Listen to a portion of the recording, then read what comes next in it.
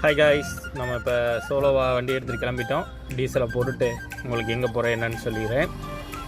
நம்ம இப்போ திண்டுக்கல் தான் போயிட்டுருக்கோம் கஸ்டமரை பிக்கப் பண்ண. திண்டுக்கல் பிக்கப் பண்ணிவிட்டு பழனி போயிட்டு பழனி காமிச்சிட்டு அப்படியே மதுரை வர்றது தான் நம்ம டியூட்டி. நான் அப்படியே குமாரம் வழியாக நகரி ரோடை பிடிச்சி கிளம்பிட்டேன்.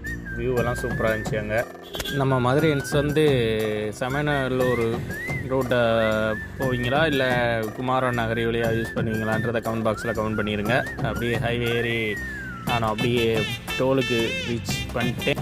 டோல் கிராஸ் பண்ணோன்னே கஸ்டமர் கால் பண்ணிட்டாரு, எங்கே இருக்கீங்கன்னு சொல்லி. நான் ஒரு டைம் ஆகிடுச்சு அப்படின்னு நினச்சி பயந்துட்டேன்.